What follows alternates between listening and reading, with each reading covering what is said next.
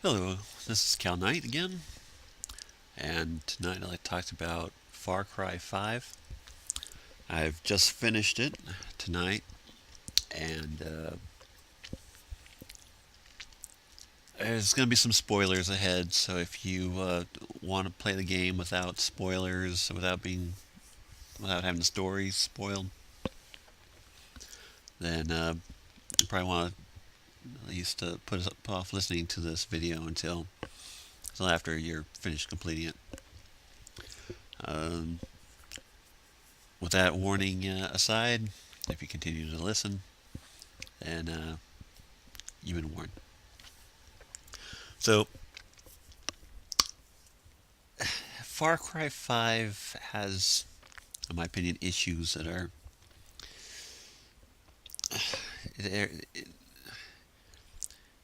In Far Cry 4, you seem to have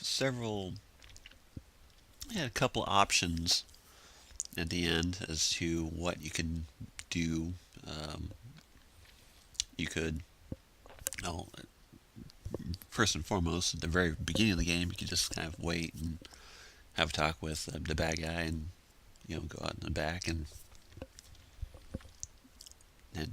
be friends and chummy with the guy. Or you can, at the end of the game, um, you can either kill the guy or let him go. Far Cry 5, you really don't, they don't give you choices. There's a couple semi, excuse me, there's a couple semi choices. You can choose to resist or not resist. You probably have, I've not checked, but you probably have an option in the very beginning to where they choose to arrest the the bad guy, and he is a bad guy, and he tries to portray himself as the prophet of God, but the way he and his followers act, it's just not true. So issues I have with the game, get this aside before I get to what I really want to get to is the conspiracy theory of it. This in this game you really don't have much choices. It's not so bad in the girl's point because you go into what's the bliss and she has you do certain things in the bliss, and it's not too bad on her side. On John's side, it's not necessarily too bad either because he can either all he wants to do is say yes, and you can either not, you can say it or not say it, and then somebody gets beaten. I had no problems not saying it, and because causing, I'm not causing the harm. It's the guy he's doing the hitting stuff. He's the one doing the harm. He's just trying to lay the blame on you. But I digress. On the other one, the guy in the north, though, I think it was Jacob. It was that one was disturbing because he absolutely had to go through, as far as I can tell. Excuse me. You absolutely had to go through a maze of shooting people to go to the very end and shoot the target. You absolutely had to do it. Otherwise, the story would not progress. I mean, you could just sit in the first room and do nothing, but if you want to get out of there, you actually had to go through, go shoot or avoid shooting people along the way, and then shoot the last target. And eventually, the very end, that ends up being the one of the resistance leaders. That particularly left a bad taste in my mouth, forcing you to go through and do that when you probably could have had other options. I don't know if you could sit and then like someone come and beat you up because you didn't do anything in the vision. I actually preferred that, but or at least having that option. But they don't give that option to you, as far as I know. So with that being said, you have the choice at the very end to either resist or not resist. If you resist, then of course there's a big fight with you, and he takes control of your friends and stuff, and you have to fight him and fight the friends and stuff, and whatever. And then at the very end, of course, you've beaten the guy. He's on his knees. He's crawling around. And spoiler alert: bombs start going off, nuclear bombs. And well, of course, you're supposed to be right. And everybody's like, "Oh yeah, he was right. He was right." You know, you get in a car, you get in an accident, and it ends up being just you and him being the survivors. Well, that kind of just that really irks me. For one, you beat the guy. You beat the guy in battle. The guy's he's been murdering people. He's been beating them up. He's been playing with people's heads. You should have the right to put a bullet in his head. I'm just saying. It would be poetic justice if they train you up. You know, they force you to go through that maze in the northern section. They force you to kill one of the resistance leaders. It would have been poetic justice to shoot him in the end. Unfortunately, they don't allow you to do that. Instead, it's the whole group of you trying to get him along. They're all saying, "Oh, he's right, he's right, he's right." You know he's gonna. You know the bombs are coming. It's the game with New Eden's coming out. If you watch the trailers for that, they have New Eden in there. So it's you're expecting it. There are going to be bombs dropping.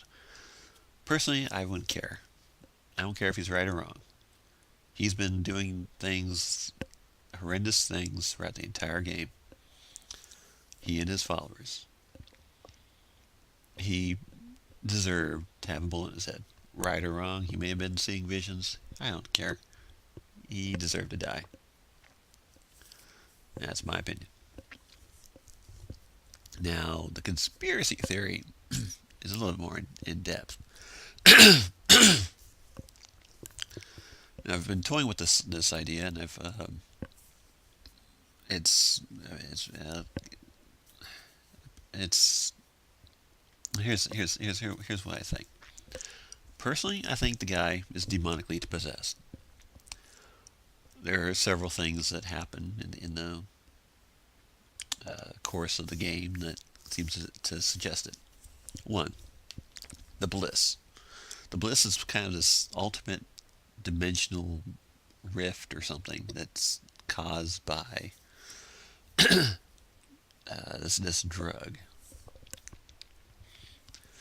How does this drug allow a girl to actually manipulate people to where she can actually have them move and do things that she wants them to do?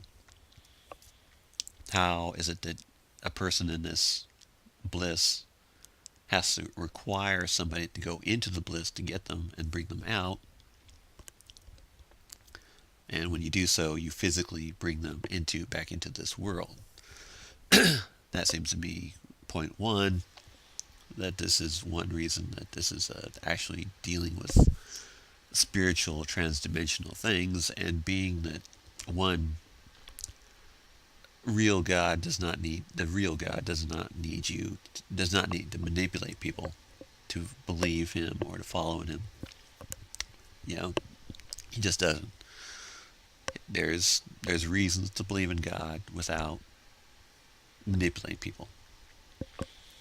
And that's you can go into creationism and all that stuff, and that's a different topic though. But the conspiracy theory is, like they say, is my opinion that that central guy, I think is Joseph, I think his name is actually demonically possessed. You can see this also in the that indicates this in the last battle you have with him, where he's like popping around in like red smoke and stuff. he seems to be able to take bullets and all this stuff easily. He seems to be a master manipulator.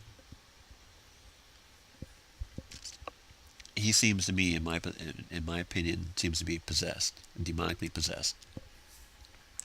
It's not God he's talking to; it's to a demon. Now, with that being said, here's another theory that I have, and that is someone on the outside world was maybe trying to destroy him. And that is what the nuclear bombs are about. Maybe. It could also be that he's trying to bring about his own apocalypse or whatever, and maybe had control over it. And here's my reasoning for that. First theory is that someone on the outside knows that this guy is demonically possessed. They close off all the tunnels. All tunnels are collapsed. So all the people that are in this valley that you see in this picture, and beyond, in buildings and stuff, the innocent people and stuff that are stuck in this valley are stuck with him and his cult following and stuff. Someone knows he's demonically possessed, maybe potentially being the Antichrist or something, who knows.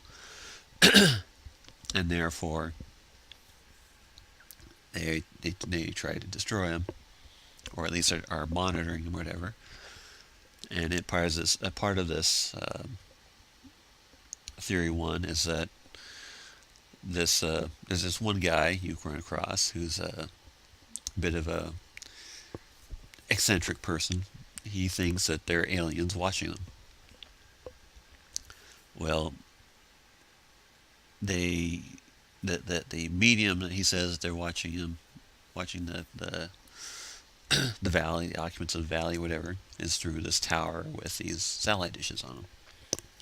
And one of his missions, he has you go and to destroy the satellite dishes that try and disrupt their observing the people in the valley.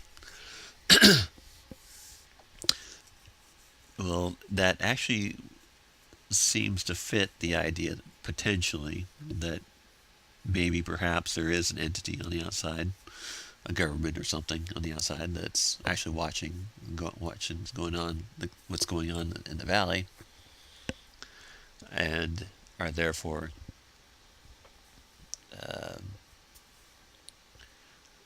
they potentially are using these satellite dishes to communicate with videos, cameras, whatever, surveillance cameras or whatever. And when the guy decides to destroy those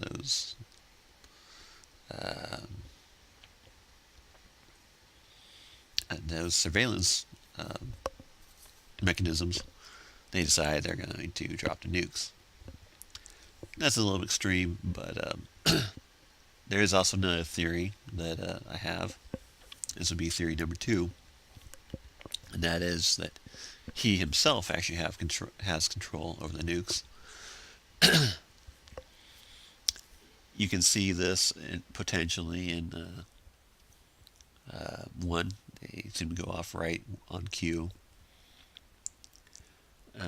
Something else that seems to be weird is, if you look in this picture, this is supposed to be Montana. This is supposed to be where this is taking place.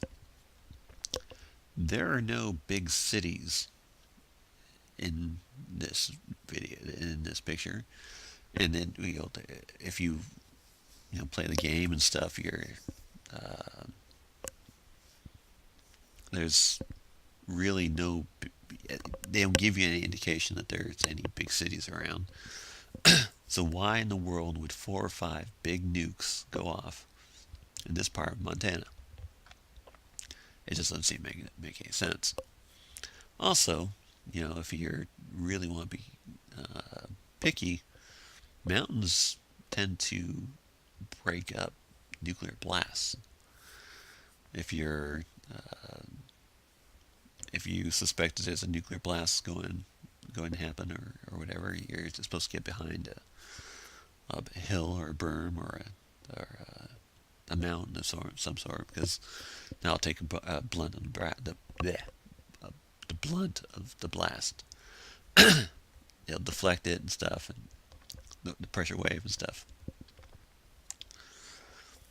So then the question is, why would somebody blow up 4 or 5 nuclear blast bombs in this area? It is therefore my theory that either theory one, that there's some governmental entity on the outside that knows he's a demonically possessed individual, and they're trying to wipe him out. Perhaps the guy with with the theories of it being aliens, maybe perhaps he's the glowing thingies that he has to go to in the second mission, or who knows, maybe those are like either homing beacons or are nuclear weapons themselves, which is interesting in the sense of the second theory, is that perhaps the main bad guy, whatever his name is, decides he's going to set up nukes around the area, and therefore when to give credence to his followers that he's actually teaching them or telling them something that's true. When in the case that he's actually trying to manipulate them. Perhaps these glowing orbs the one guy tells him to go get are perhaps hydrogen bombs or something. Excuse me. Or bombs of some sort.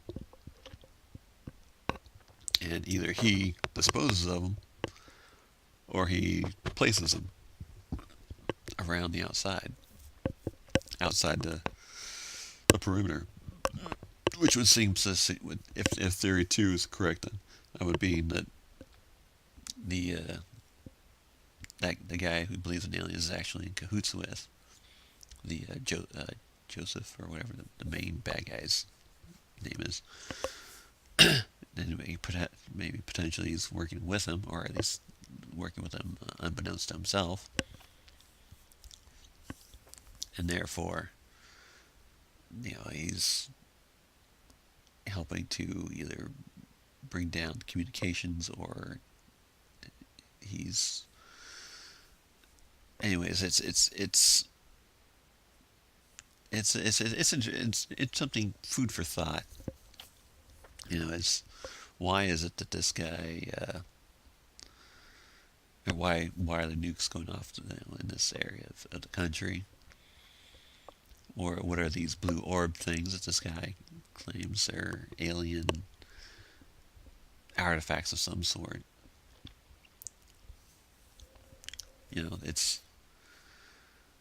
It's my theory anyways. But there's another thing that is kind of interesting. During the last battle, your character is fighting off against the bad guy's character, and he has everybody on his side, and it's ultimately up to you to try and take back your friends. First you have to injure them, then you have to kind of like raise them back up like you do any of your hired guns when they're injured. If he gets to them while they're still down, he brings them back into his side. If you get to them before he does, then they're permanently back on your side, or at least until they get knocked down or whatever. Which raises the question as to your character. Is your character more than what they seem? In most instances, whenever somebody falls down, injured, whatever, if someone else comes to their aid, they kind of like jab them. They make a motion like they're jabbing them with some sort of drug, adrenaline, whatever, to heal them or get them to stand back up and stuff. In your case, that never happens. You just go over to somebody, in essence, lay hands on them, raise them up, and they're good as new. Is that supposed to be suggesting that maybe your character has some spiritual abilities too? And be able to raise the injured, dying without, uh, without need of any medical device? Which, of course, is kind of strange that you personally would still need to have an emergency device, but it's not a perfect analogy or a perfect theory, but um,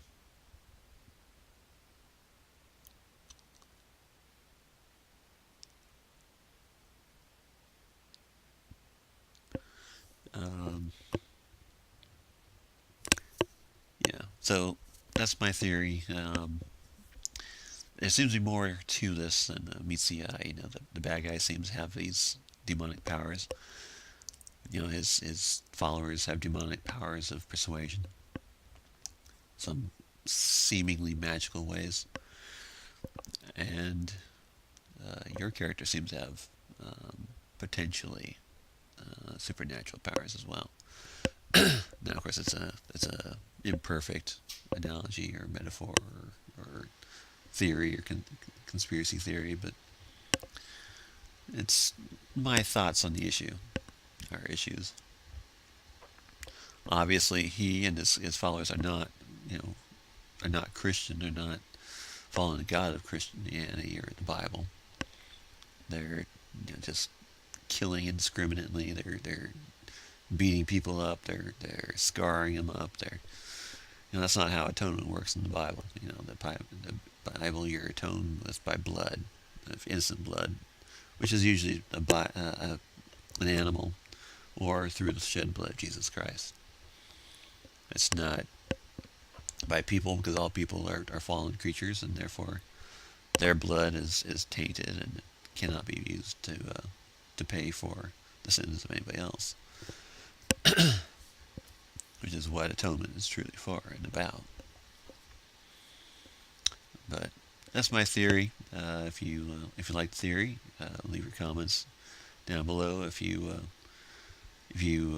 notice anything else in the game that could potentially be might add to this theory, or if you see plot holes to the theory, just let me know in the comment section. And thank you again for listening.